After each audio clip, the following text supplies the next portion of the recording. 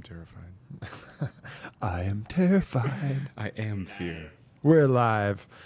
All right, we're live here with the first ever question and answer Warrior Poet podcast with none other than my man, Cory Allen. Hello. Offering the same but completely different perspective on life. Thought I would bring him in here. And of course, the man behind the curtain, the one and the only Orlando Rios, for a completely other perspective, should that need arise. A Zen perspective. Yeah, It's completely indeed. silent. Indeed. All right. Well, good to see you here, man. How you been? I've been very good. Yeah? Good. How about you? Yeah, just off in the weeds of musicality, man. The Out in the yeah. sticks. I hear you, man. I hear you. I saw your new studio. That looks sick. Yeah. Glad to see things are going well. Yeah, things are good here, man. Just, trying to find the balance between work and more work and a little bit of play and working out and making sure that keeping everything in harmony, you know? Yeah. Well, That's the challenge these days. yeah, it's all the same thing anyway, you know. It's all being, you know. Yeah, it's true. You just got to choose It's which way you want to be. Yeah, it's whatever the meat whatever, Try and stick to it. Whatever the meat space suit is up to, you know. Yeah, just make sure the right captain is at the helm of the meat space suit. You know, let the parasite run things. Trouble for all. Trouble for the meat sack. You know what I mean, Cory Allen? All right, so My meat sack is not troubled. your meat sack is untroubled? You It's have untroubled. an untroubled meat sack? You're the only meat sack in the world that's untroubled. It's because I just don't get invested in my meatiness. You're just not attached to my your meat sack. sackiness. Nah. Yeah, well, that's it's not the easiest thing to do. No, it's not. Actually, it's the most easy thing to do. That's why I love this the quote about if you the student asks in master, if I try really really hard to and study extra hard, how long will it take me to be enlightened? And he said 10 Forever. years. No, 10 years. And he said, well, what if I actually sleep less, try harder than everybody else? Don't take meals. I just work and work and work. How long will it take then? He says 20 years. Yeah. It's true. We have all of the capabilities right now Yeah. to be anything that we want to be. We just have to decide it and believe it and release whatever attachments and everything else we have. But it's still not easy to do. It's that. all the trying, man. You It just is. got to get her on the other side Just of do the, it. of the trying. Yeah. Just let go. Yeah. Yeah. It's like Yeah. opening your eyelid.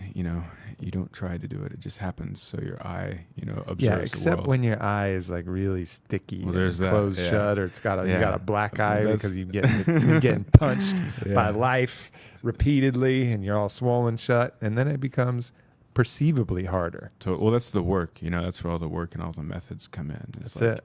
getting the crust off your And eye. methods, that'll be something. I saw one of the questions that we have out here. So let's just start with that. One of the questions from Danny Buckler on Facebook, what meditation techniques do you have and have you practiced? So, Cory, why don't you lead us off on this question first? Well, I think that there's like an infinite amount of meditation techniques and different methods out there that you can try. I mean, from Hindu, Buddhist, all sorts of Eastern Sufi type of practices out there. What do you like? I think though? I was gonna get to, like, I've really studied as many of them as I could find and tried them out, because I think that the only way that you're really going to see what works for you is just practice and see what type of results you get.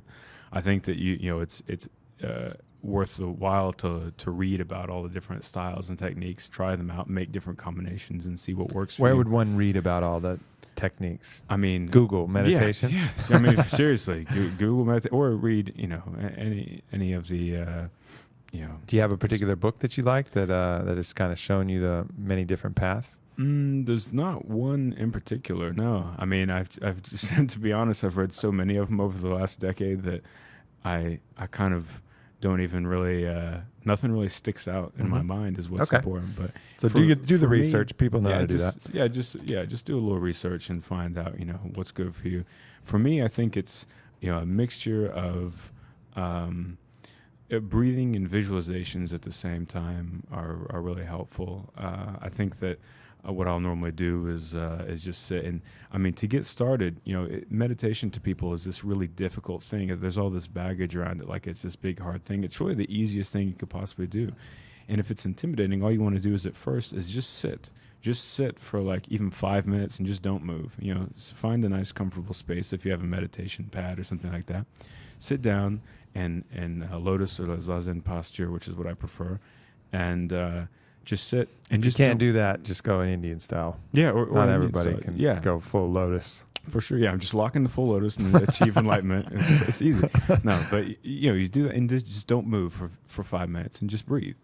And then the next day, try 10 minutes. And the next time, try 15 minutes. And just breathing and not moving. And just from doing that thing. So what do you do when the thoughts start to creep into your head? You let them creep into your head because... You don't try to block them at the door? Mm-hmm, You don't say, mm-hmm. thou shalt not come. Pass. Yeah. What did he say? Pass. Pass, yeah. Yeah, there's no way to keep your mind from not, throwing up little thoughts at you. But what you want to do is you want to let them flow by. It's like, think about if you're standing in a river and those thoughts well up and you just allow them to well up and you allow them to move on. You don't hold on to them. Don't dissect them. And your mind will kind of tear them apart. And that's exactly the same method you would use in a more, a psychedelic meditation, for example. The moment you try to really block some thought as it comes, you're going to get stuck on it. Well, because by blocking it, you're acknowledging it, and by acknowledging it, you're grabbing onto it, and then it grabs onto you, and you're stuck together. So let the thoughts come. Let the thoughts come. Yeah, let them flow past, because that's going to happen, and that's like healthy. That's the way that the human brain works. But breathing is very important. You want to, if you prefer, you can just take simple breaths in, and if you get bound up while you're trying to breathe, you can try and count 1, on inhale, 1 on the exhale, 2 on inhale, go up to 10, and then see if you can do that again, starting over from 1.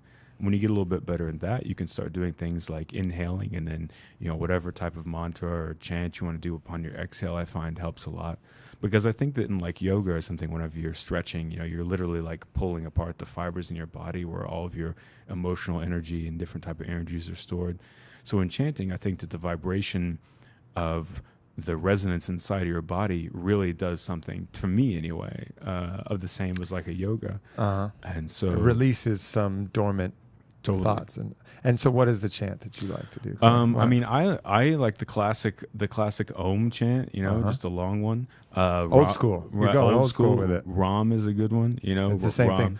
Yeah, Ram is like God in India. Give us one. And come on, give us one right now. I will. Hold on. Just everybody. You can't rush it? Yeah, no, you can't rush it. You can't rush it. Ram is a good one too. That just means God and Hindi, which of course God, they're not talking about a monotheistic God. They're talking about God as in all particles of the universe and the cosmos, That's a good one. And so also,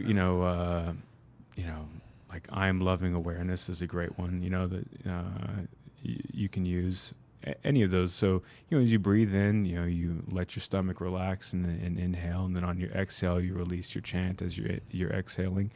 So I tend to do that. And how long do you do that for? Do you do a cycle and then silence? Yeah, exactly. So I do about 5-10 minutes of that, and then 5 or 10 minutes of silence. And during the silent periods, I'll do a little bit of just silent breath and visualization, and then I'll also, like, as I'm breathing, literally imagine anything you want, like a bunch of golden particles, or if everything you could see out of your eyes was like wallpaper and 2-dimensional, drawing that all in through your chest on your inhale.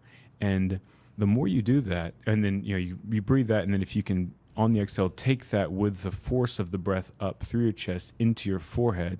And then as you exhale, imagine a flame coming out of your heart. And all of the sharp edges and negativity and fears and anxieties and resentments and all of that stuff on the exhale. As you're imagining the fire come out of your chest, exhale all of that stuff and let it incinerate back into the universe. You should make a meditation CD. We need to drop the Cory Allen guided meditation MP3. You got this shit down to a science, son. For sure. And this is just my favorite method. There's so many different things, but you try to do this. This is just my favorite method. It's what works for me, and so you do Very that, cool. and that's very good. Also, the other thing I do is the witness, or in Hindi is the witness, and Gurdjieff schools it's self-meditating or self-remembering. And like Buddhism, it's transcendental meditation. So you can do this throughout the day. This is kind of nice because people think that if you start getting flustered throughout the day, say you're at work and something happens and you get a little bit of anxiety or something, just a little bit of the witness. It's something I focus on all the time, or as much as possible, which is just the human brain has an interesting ability to kind of have simultaneous consciousnesses. You can have your mind in 2 places at once. And that's why we like to get drunk, and people like to just get fucked up in general, is because you've got the person that's driving the car and then the guy in the back seat that's just watching it all. And so when people get they get drunk or messed up or whatever, it's really fun because you're separating that consciousness, the observer in the beer, without any effort. You're forcing it, but you can do that naturally. And so what you do is whenever you're meditating, on the breath in, picture as if there's a camera like 6 feet up and to the right of where your body is, watching you in the room. So when you breathe in, just picture somebody, but picture the scene of you in your room doing what you're doing. And just do that while you're inhaling and exhaling. Each breath, just, imagine yourself. And I also kind of like picture my body as like is it stalagmites that come up from the ground or stalactites? I can never remember which ones come from the ground. I think the tights come from the top. Okay, so I imagine myself as a stalagmite, just like as I'm sitting there, there's all of the ground and all the things in my room, and then my body is also just a part of this like structure that's connected to the whole, room and time and space and everything.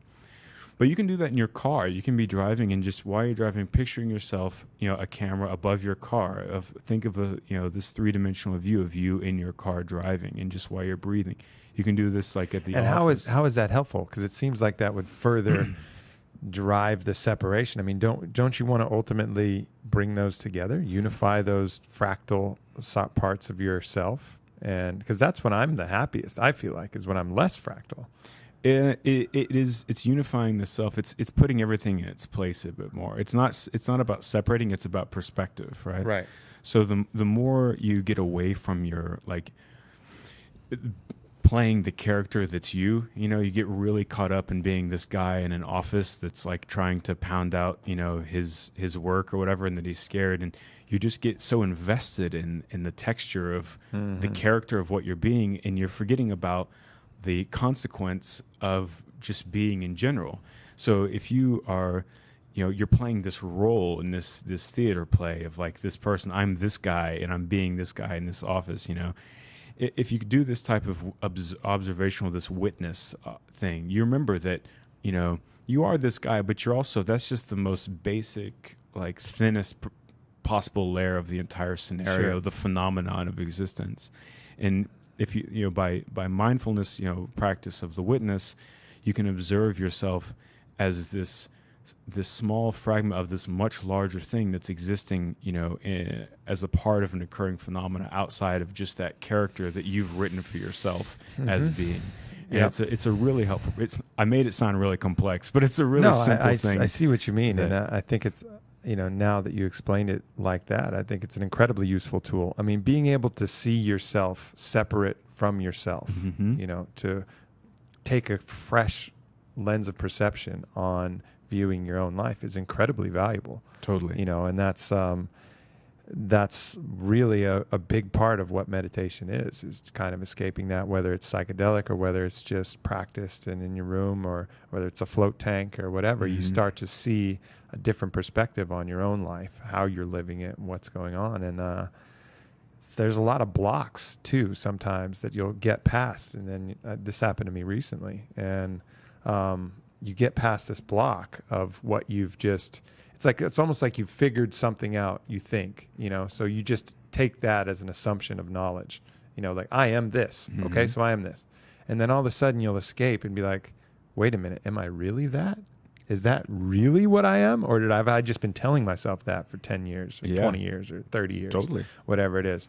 And that's incredibly valuable because that's what allows you to course correct. And that's what can remove these blocks that are holding back on happiness and feelings of unworthiness or any kind of negative energy, are sometimes held behind these masks and facades. Totally. And that's what, like, people get so caught up in their character, it's like that this whole thing is just this drama, man. It's this cosmic drama that we're all playing these characters and these roles. And, it's challenging to change yourself when you're trying to go inward and make yourself better or evolve in some way, because from the perspective of everyone that you're interact with, everyone in your life system, they've got their reality set up of like, okay, Aubrey is this guy that dresses this way and talks this way. Cory is this guy that does this, and so on and so on.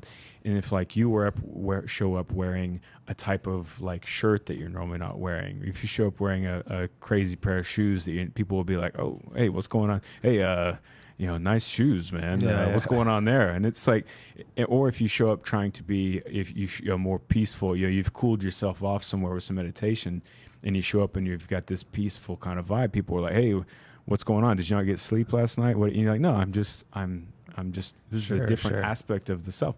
But people get so caught up with, you're their character in their life script. And so whenever the character in their sitcom of their life is not sticking to the lines, the director, which is them, gets really uncomfortable. It's and like watching, cut. I remember watching, I started watching Entourage around season 3 or 4 or 5, I don't know, something late in the game. And I thought it was pretty interesting. So I had a cold or something, and I went all the way back to season 1. Mm-hmm. And it was like before their characters had really crystallized. Yeah. So you go back and I'm like, oh, he wouldn't say that. Yeah. Like Turtle wouldn't say that. What is he Yeah. doing saying that? Yeah. That's not the character that I love. And I guess people, it makes perfect sense. People put you in those positions too, Absolutely. in a sitcom of their life.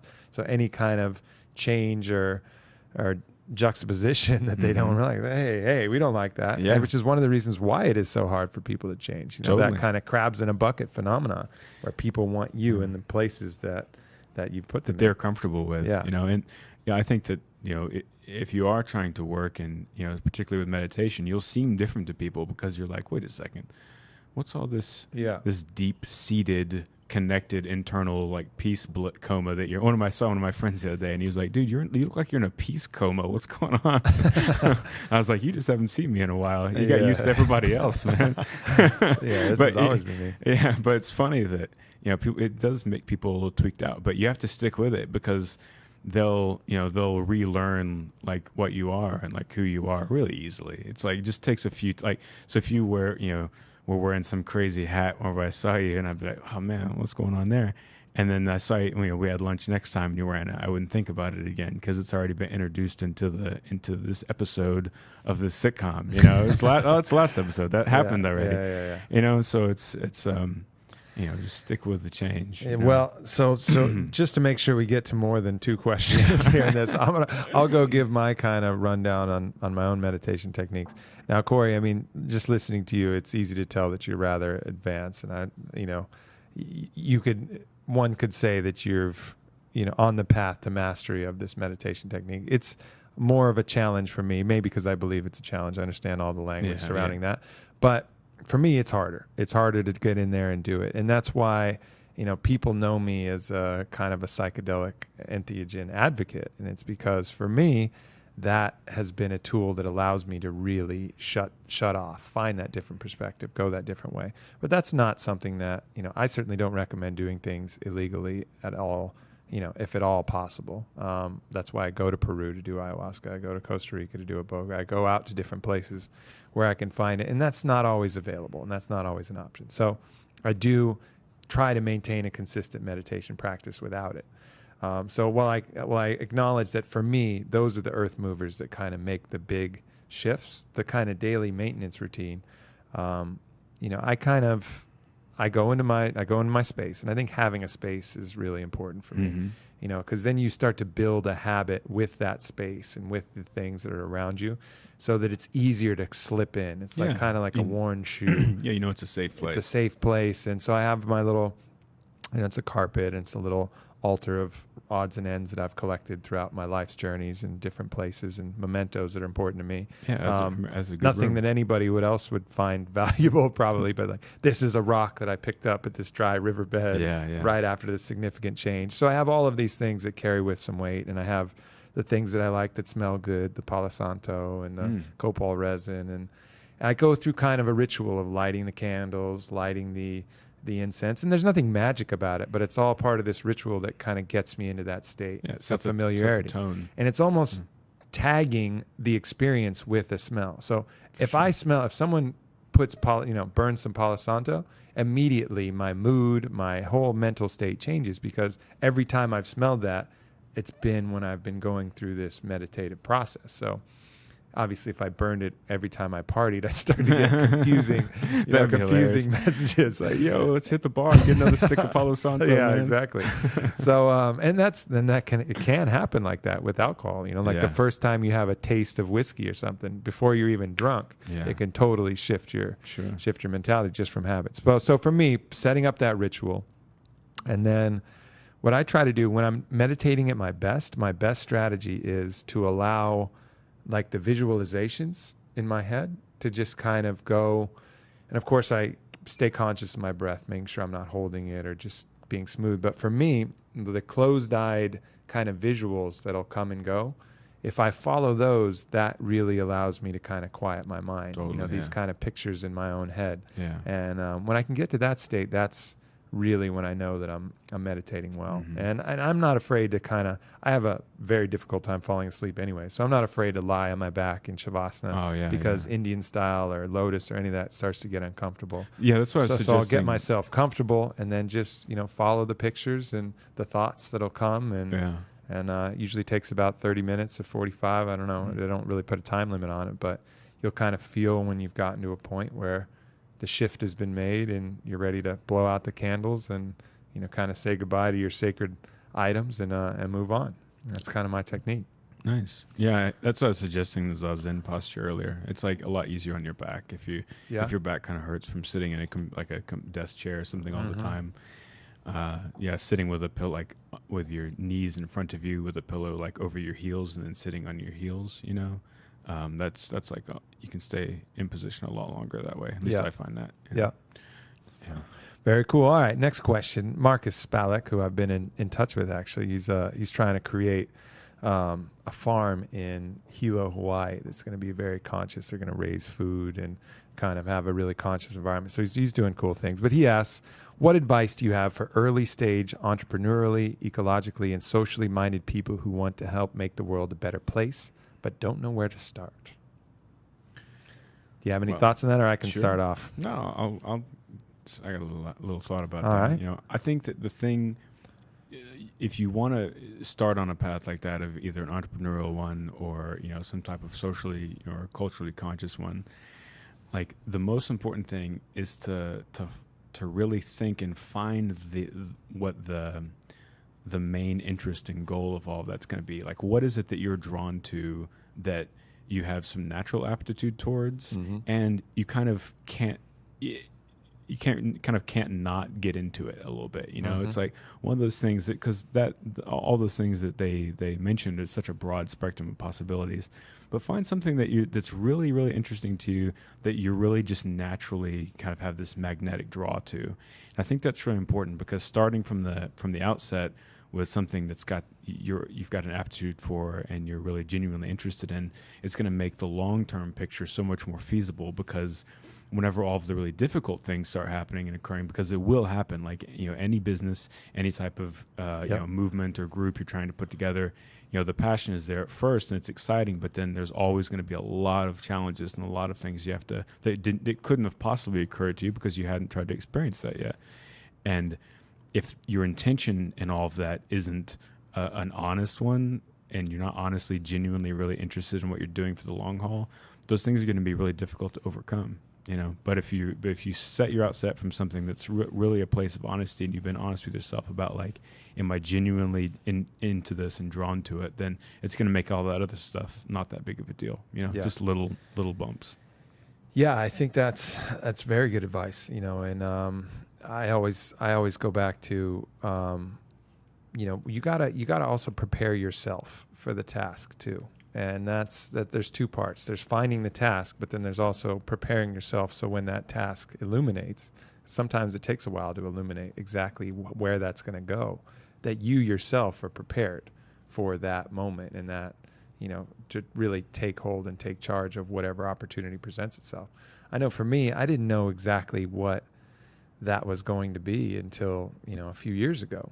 And then On It started to take shape. The Warrior Poet thing started to take shape. I was able to get on, Rogan's podcast and tell my ayahuasca story and understand how that has impacted people. And suddenly the actual path itself started to crystallize. But prior to that path, it was just pursuing interests, gathering knowledge, preparing myself so that when I did find the path, I would be ready, that I would be practiced at, being the best human I could be, practiced at handling adversity, practiced at getting all of the skills necessary for me to be effective on that together.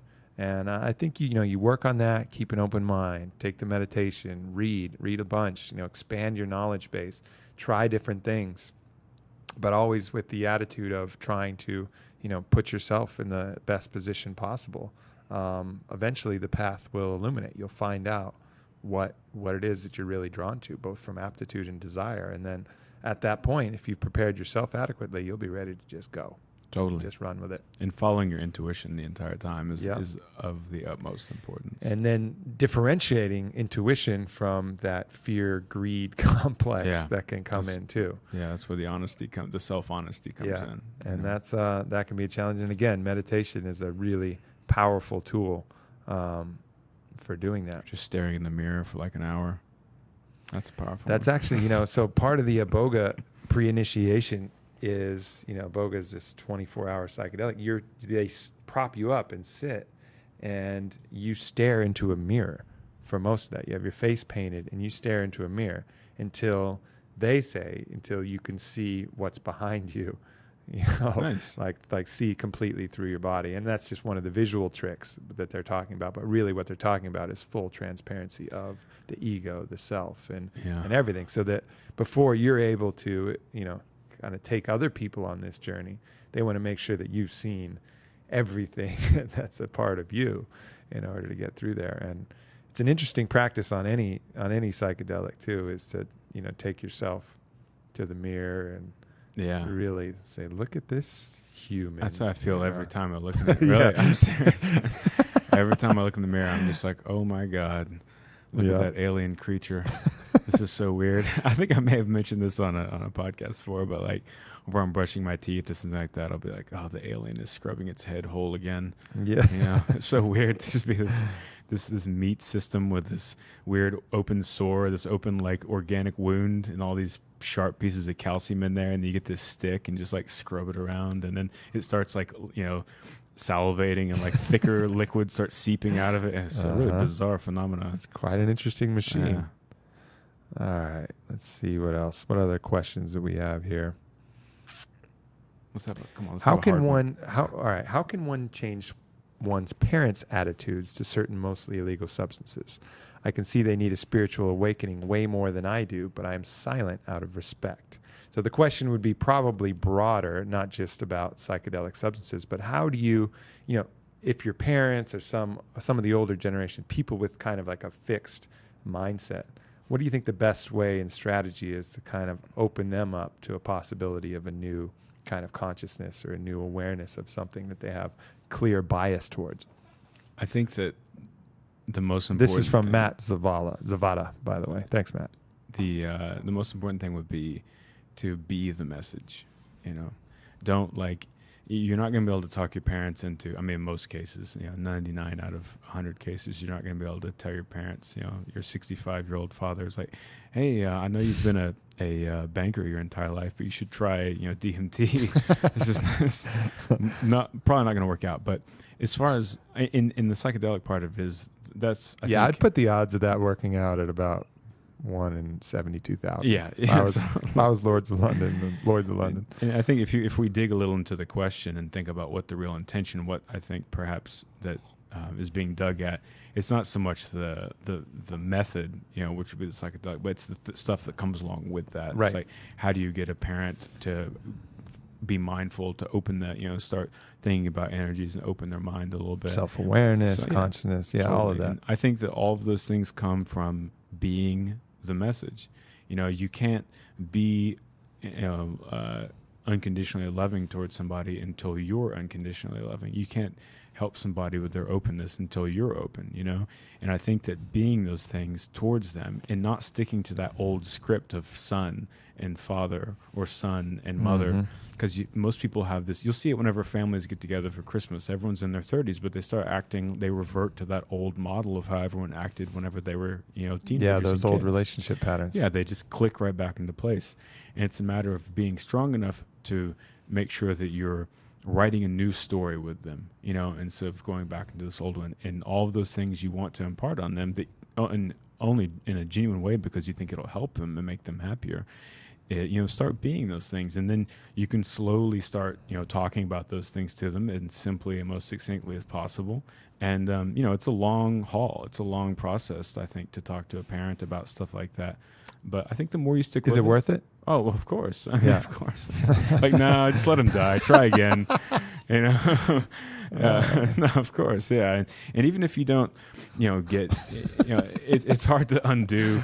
It's hard to undo 60 years worth of programming and black coffee and cold beers, you know, but you know, the more you know, it's worth, if you can get them to open a little bit, get them to relax and be a little bit more mindful, you've done a lot for them. That's true. You know, you've done a lot. I think, you know, one of the, I've been hanging out with another guy, a really accomplished writer who's very spiritually, you know, wise in a lot of ways. And when he's aware of a lot of the Christian teachings, and his interpretations have, you know, really for me opened my eyes to a lot of the wisdom that actually could be contained in the Christian theology, Sure. as far as Jesus's words and things. And, you know, one of the things he talks about a lot is, you know, kind of, I don't remember the actual scriptural passages, but it's something about, you know, removing the ties between yourself and your father, your mother. You have no mother, you have no father, you have no brothers, you have no sisters. Mm-hmm. And it's all about basically removing those labels and bonds from these individuals. Just because you were born from a certain person, you know, it doesn't mean that you have to continue that forever. You know, Exactly. you are independent people and can forge your own relationships as you see fit and as is best for both of your lives, and the harmony of that going forward. You know, so, and having those kind of attachments can generally cause more harm than good. You know, so treat them as a person who you may love them. You could, everything, you don't have to lose any of that, but you don't have to abide by the label that birth and circumstance has created for you. Yeah. And then, so at that point, you can be more free to just, you know, talk to them as a peer, as another fellow soul on the journey, someone who, yes, you're very familiar with, and yes, you may love them very much, or you may kind of have some resentment or whatever issues you may have, but you can just treat them as kind of a unique soul that's walking next to you, not necessarily tied to you. Yeah, you're just two beings. Just two beings, exactly. And I think so making that distinction, I think, is an important one when dealing with the family. And then I think your point is perfect as well. Be what you're trying to express, you know, and be it genuinely. People have an eye to see genuine happiness, peace, and satisfaction. You know, if you're not living that yourself and you're saying, hey, you know, you guys, you got to be more enlightened. You got to be more conscious. You got to be more awake. That's like when someone yells, calm down. Yeah. Calm down. It's like, that's the most silliest thing. Yeah, exactly. So that's not going to work either. Yeah. And then, you know, you have to kind of also, for me, from a strategic point, you have to, everybody's going to have the harder obstructions and then the softer obstructions.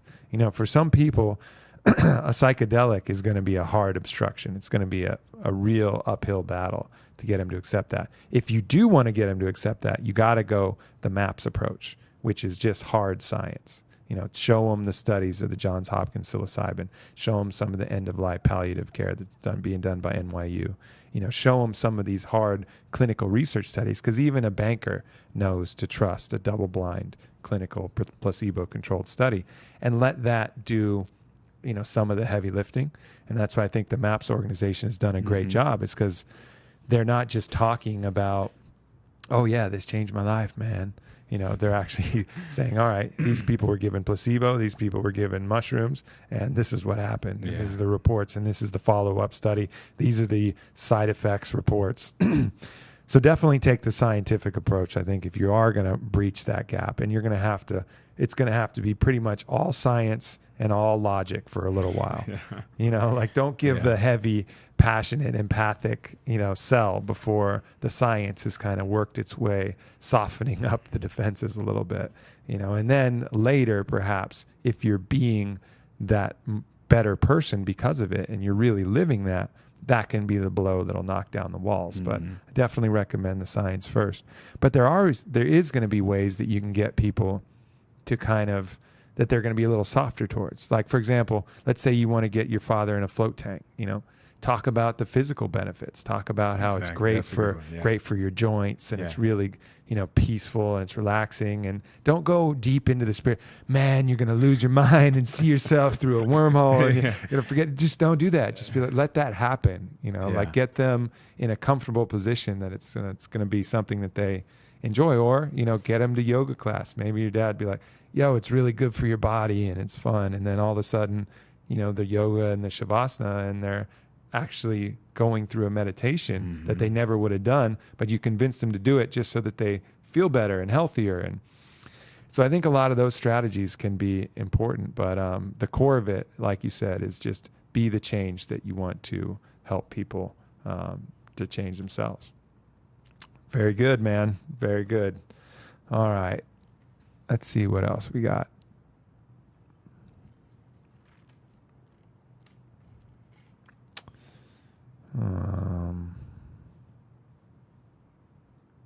What do you think about education? There's a question from Ty Richardson. He's asking me about, why I went to University of Richmond and, how that was kind of preparing. There's a question for you too, about where we can follow you and what you're up to outside of Twitter. We'll get to that, Ty. This is from Ty Richardson. So basically, what's your kind of philosophy on what someone should do when they're choosing a school, what they should get out of a university experience? Because obviously the older generation, it's, oh, well, you go to school for something and then that's what you do. Yeah. You learn the skills and then but that's not really applicable to most people. I mean, if you're an accountant, you want to take accounting classes. Yeah, or a scientist. Or a doctor, you want to take pre-med. There's a few paths that you have to start at that point. But for most of us, it's kind of a free-for-all, and we still have no idea what we want to do. Yeah. It's like, there's plenty of people out there that are, in their 60s that have had big, long careers and are still trying to figure out what they want to do now that they've retired. It's like, well, what was my passion again? As far as going to school, I think that I might not be the right person to ask, because I didn't go to college. I was too stupid. I wasn't. Right. What was your decision not to go to school, though? It was my main decision was basically that I'm such like a autodidact that anything I wanted to learn, I knew, within the framework. Autodidact is someone who's self-teaching. Yeah, exactly. So, I taught myself that word too. but anything I wanted to do that would be within the framework of interest or passion to me is not something like heart surgery or molecular biology or something. And so I knew that I could just teach myself any of those things. The only, all of the technical music type stuff, is I have an aptitude for. I was able to teach myself. And as far as going to school for like, philosophy or something like that, to me at the time where I was 18, I was thinking that I thought, well, that would be a possibility. I'm not sure what I would do with that, if I went to school for that. And also having being in a system where the idea of philosophy to me is breaking down and removing all of the walls of the frameworks of thought, and then creating your own idea, your own tone of your perception of reality. The notion of like putting like a pass or fail structure around that seemed really bizarre to me, and just didn't seem like, I didn't think I would like it. Right. So I didn't do that. Well, so now you're talking to someone who did go to school and graduate with a degree in philosophy. Yeah, I remember that's why I brought it up. Yeah, I remember that. So I think so for you it was a kind of a accurate self-analysis of what your benefits and would or wouldn't be. For me, there was some part of it that was caught up in the this is just something that I should do, and I have the opportunity to do, and still don't know really what I want to do. And I think that's what a lot of kids are doing. And even people going, there's a ton of people who are graduating school and then going to law school. And I'm like, why are you going to law school? Like, shit, I don't know. My parents are paying for it, and I guess I'll go to law school because it'll buy me some more time because I know how to do school. That's like friends with me that like just they graduate and then they keep doing artist residencies like over and over and over. I'm like, all right. I mean, it's cool, but at some point you're just wasting time. You're like, it's a method of escapism. Yeah, and it's this kind of weird way to pacify other people's expectations by doing something. Hey, I'm doing something. I'm going to school. Yeah. And I think you generally want to try to avoid that. But what I did do that I loved about school is I just chose whatever the fuck class I wanted to do, and I just did it. I didn't really worry about what my degree was going to be. I ended up getting a double major in classical civilization and philosophy, and minors in I got economics and a English minor, and like a Latin minor. I picked up all kinds of stuff. I stayed there for 5 years. But what I ended up doing is I didn't really go after all these things. It just, by the end of the day, from taking all these classes, I had enough credits to do it. So I just wrote theses and got it all kind of marked out at the end of the day. But for me, I got to get exposed to a bunch of different cool things. Yeah, and I think that's what it's all about. Things that I wouldn't have thought to educate myself in, like symbolic logic. I really enjoyed that class, and it's basically taking logical arguments in English and reducing them to mathematical equations where you can work different things out. Really was useful in helping me think and build arguments, and that was one of the foundations of the philosophy. Some of the things I was exposed to in the philosophy of religions class was great, and I found great professors, and I ended up sticking with Latin just because in classical civ because I loved the professors and the stories they would tell and the things, and then I really enjoyed translating the Latin from the original. And it's tough to do on your own without, a real teacher there to help guide you through translating classical Seneca into English and really understanding the entendre where he was partially criticizing Nero and then partially talking, and all the subtleties that only a real master would know. Some of the other things, even the creative writing classes pushing me to write things that I wouldn't normally have done. But when I was finished, I was like, man, that was sweet. Like I ended up writing like a 16-page epic poem rewrite of Chaucer's Troilus and Cressida, and good one. And I wouldn't have done that probably on my own, but things that I remember from there, and I got to do some drama classes. And so really for me, what school did is it expanded my knowledge base. It exposed me to different things. It taught me how to think. It taught me how to research a little bit. And, it taught me some certain social interaction skills too that were important. Could I not have done that on my own? I probably could have, but I wouldn't have gotten the same breadth, and I wouldn't have found certain, masters that I could really catch some knowledge from. Yeah, instead of the symbolic logic class, I just read Wittgenstein like 30 times. Yeah, but yeah, I mean it's interesting is that while you're saying that, I kind of remembered as I was a teenager, and I got obsessed into philosophy, like Western and Eastern philosophy and psychology, and then like neuroscience, and I would just read those books over and over and over, and as many as I could. Yeah, and it was funny as whenever like I just. After reading like thousands of books on, East-West philosophy and psychology and neuroscience, I met my current girlfriend, and she majored in English and communications. So what's funny is that she has a vast knowledge of literature. And so it was like, this guy's really well read. It's like, what literature have you read? And I was like, oh, wait a second. But an interesting thing is that I was like kind of before Google was like a verb. Whenever I was a teenager, like in the 90s, what I would do was I would read a book that was interesting, and then it was almost like a predecessor to links, where I would see someone talk about another book or another author that they were interested in, and I would go find that book that they had mentioned in that book, and that's how I like my web of of knowledge kind of spread out like that, is that then this author would say, you know, oh, I read this, or they would note or like cite some other book, and I would go buy that book and read that. And it was just this thing where it just kept unfolding and never stopped. And it's kind of interesting is that's like links. That's like the internet, clicking internet links. So like recommended, you know, it's like before it was, that's like an analog version of. Some of the best books I've gotten actually even still from that. You know, you'll read some book and they'll mention something, and you'll get to follow that path down the way. It's a cool thing that authors do. I think I'm actually going to be writing a book in 2014, Cory. Nice. So what's the topic? Oh man! Sorry, I didn't mean to do that. You know, I'll have to let the acorn grow a little bit before I start chatting about it. But you know, I think I'm going to start pushing into that frontier. But of course, you gotta keep the affairs in order here, keep the on it thing. You know, pushing forward and make sure everything is in a position where I can divert some of my attention and mental capacity towards that. Yeah, it's a lot of mental real estate. Sure. One of the hardest things for me is that patience of saying, okay, I can't do everything immediately. You know, just allow this to unfold. Allow that there will be several months before I can start on my book, because I got the idea in my head. Yeah.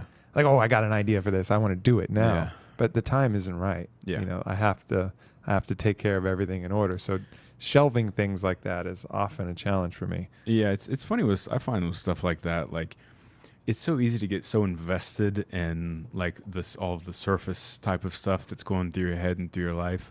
And the more and more I feel like things are just kind of not predetermined necessarily, but I feel like it's just this path, this wave that's like almost written or something. It's like this flow where, you know, things when they need to happen, that they just kind of like happen. And as long as you're like riding that wave as opposed to struggling against it, like things will happen in time when they need to. And then later you'll realize why they happened then. And then you'll be thankful that they did. Yeah. You know, I really seem to be following that a lot more. I agree. You know, I sometimes think about, you know, when I was 23, 24 years old, I thought I was ready to be where I am now. Yeah, I was like, what the hell? How come I'm not a CEO of a big company now? Like I can do it. I couldn't do it then. Yeah. It happened at the time when I would be ready for it, when I would be ready for the challenges and be ready mentally, emotionally, physically, cognitively, and have everything in place and be balanced and strong enough as a human to be able to handle, you know, the magnification that comes with, you know, being in this position. And, so things happen when you're ready for it. Yeah. You know, and I think there's a quote from Castaneda along the same lines that say, you know, it's not the things themselves that change. It's you, it's the warrior and the perception of yourself that has changed, that allows those new opportunities to come. Yeah. It may be like a testosterone versus new knowledge thing. But whenever I was in my early 20s too, I was like, you know, getting like lectures prepared for like philosophy, you know, on consciousness and things like that. Fortunately, there's no recordings of any of that. But you know, I think about like. Do you look back at some of your old music and think that was cute, but or does some of it stand the test of time? I see it all as like it's all. Yeah, I mean it's interesting to see the little seed, you know, growing, but it's all like a path. Like of course, you know, I could look at it and say, oh, well, technically or like, you know, theoretically or conceptually, those things are so much more, you know, shallow than what I'd like to think the things I'm doing are now. But I don't listen to any of my old stuff. I just like to, when I look back, I kind of just think, oh, that's interesting. It's like there's the baby steps, you know, But in like now, like with, you know, you're talking about feeling ready to write, or, you know, some of the music work I'm doing now, you know, I think about like, I mean, it's almost like this thing about trying to like, well, when I feel this, then I'll be able to do that later. When I feel like this way, when I feel ready, I'll be able to write a book later. But it's more of like about just being now and then letting those things kind of grow out of you when they do, you know, because it's like because you can end up like really getting into some challenging mental states if you're like, all right, now I'm the guy that can do this other thing. You know what I mean? It's like it's so much more organic than that. I think it's like letting you just come to you come to each other, the idea, the need, and the process, and then like what you are will kind of naturally connect, and then it'll just start happening, man. You know? Yeah, and that's kind of you know, the two ways that that I think both me and you approach things kind of differently, you know. Yeah, and that's right. and it's, for me, there's that kind of warrior archetype, which is, it's something that is helpful and not helpful, because sometimes the biggest way to fight and go out and go after what you're doing is just to completely let go. Mm-hmm. And that is the challenge. That is your fight. The fight is letting go, you know, and I have to remind myself that sometimes too, you know. And I think yourself and some of the other kind of really spiritually in touch people, you know, they get the letting go thing, you know, intuitively. Yeah, but you know, can like let right go. off right off the bat. Sorry, man, I didn't mean to cut you off. But I was Yeah. going to say is that you can like a really awesome thing is that you can let go and be super aggressive about what you're doing too. Mm-hmm. You know, like you're obviously very much more aggressive with like the type of things you're trying to accomplish. You say, I can do this, this, and this, and you know, you go do it, which is great and it's awesome.